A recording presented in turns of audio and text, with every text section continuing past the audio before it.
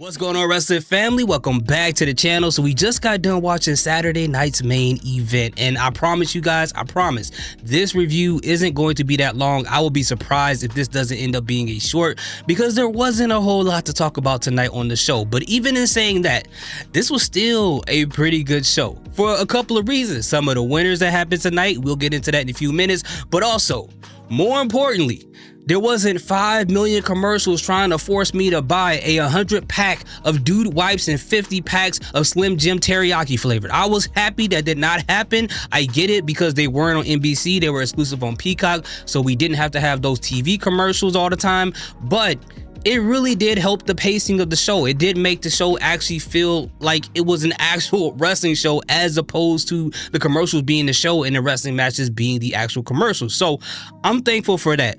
But let's just get into the show, guys. Okay, I don't want to waste y'all time. I got to go to sleep soon. So let's just start off with the first match on the card, and it is Cody Rhodes versus Drew McIntyre once again for the Undisputed Championship. Now, this match right here, the stipulation of it all was very interesting. You know, the fact that if Cody gets counted out or if he gets disqualified, he'll lose the championship. It added a little bit more intrigue to the match. Like, okay, will Cody actually win? But we already know how wrestling math works. We already knew that since Drew McIntyre held up the Undisputed Championship last night on SmackDown, the person who stands tall is the one that falls, and he lost in this match. But the interesting thing that happened here is Cody Rhodes hit Drew McIntyre with the crossroads on top of the title, where Cody technically cheated. And they did two things here, hinting at Cody Rhodes' heel turn, because he's starting to do these a little bit more. He did it to Kevin Owens on that chair, remember? But now, this gives a legit reason for Drew McIntyre to ask for a third match, and as I predicted, their third match should happen at Survivor Series, right? And then I think there is where Randy Orton is going to cost Cody Rhodes that championship, and I got a whole idea of how they should do the whole storyline leading up to that moment. I'm going to drop that video this week. I hope you guys check it out and let me know what you guys think about it. I put a lot of thought into it, but regardless, I thought this match was pretty good. It ended the way that I thought it was going to happen. And as I said before, they're going to have their third match of Survivor Series. That's just how it should happen. Randy will probably cost Cody there. And then Drew will retain, and then we'll get Cody versus Randy Orton in a non-title feud, which I think is great. And something special is going to happen there, in my personal opinion. But moving on to the next match on the card, we had Jade Cargill versus Tiffany Stratton for the Women's Championship. And here's the thing. Going into this, for me, I didn't care what they did with anything else on this show. This match needed to have Jade Cargill win that title. There's no way, no how they should do anything else. Is right there, right? She just got a heel turn. Tiffany Stratton's knee is injured. If they had Tiffany Stratton beat Jade Cargill, a healthy Jade Cargill for a title with a bum knee, that would have been, I'm not trying to be dramatic, that would have been the burials of all burials. But they did not do that, and in fact, Jade Cargill washed Tiffany Stratton. I didn't think it was, I got scared. I thought she was gonna kill that girl in the ring. Like I seen what Jade did to Naomi at Elimination Chamber. I thought we was going down that road with Tiffany, and I'm like, bro, please, I want Tiffany to lose a title, but I don't want her to die in the ring, bro. I don't want Jade to go to jail. This is in front of millions of people watching this. But either way, and all jokes aside, Triple H and crew, you guys made the right decision by having Jade Cargill become the champion. Now you kind of reset the women's division on SmackDown.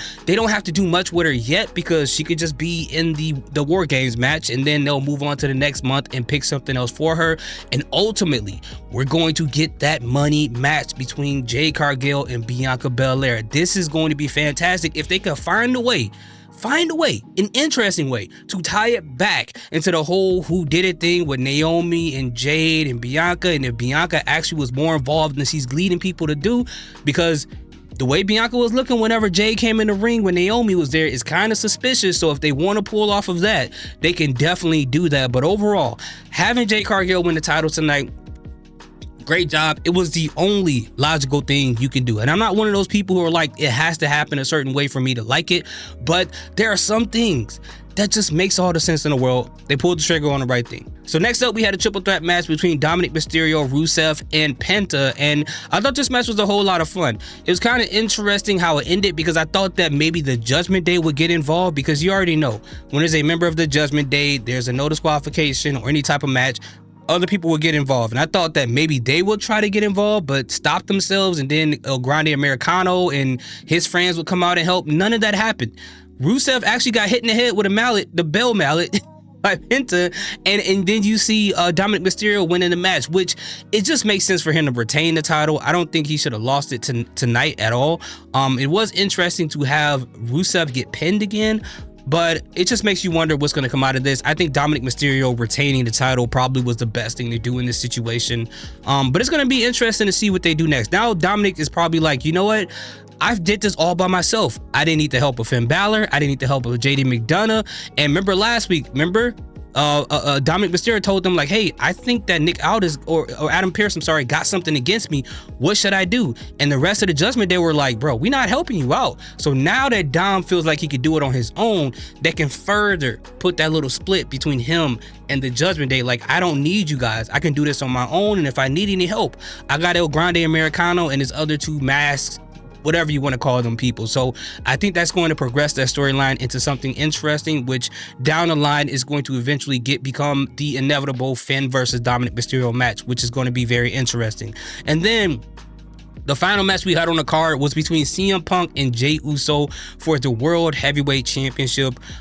This match went a lot longer than I thought it would be, given a Jey Uso match, because they typically don't give him long matches. But I thought the match was actually pretty good. I think it was a fun match to watch, a back and forth. The crowd was hot. They made the match a lot more fun to watch.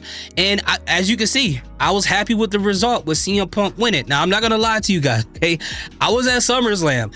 And even though I know no one can cash in anymore, no one has a briefcase, I had a little bit of PTSD watching that, because I'm like, bro, I don't know what they're going to do, but somebody's going to screw this up.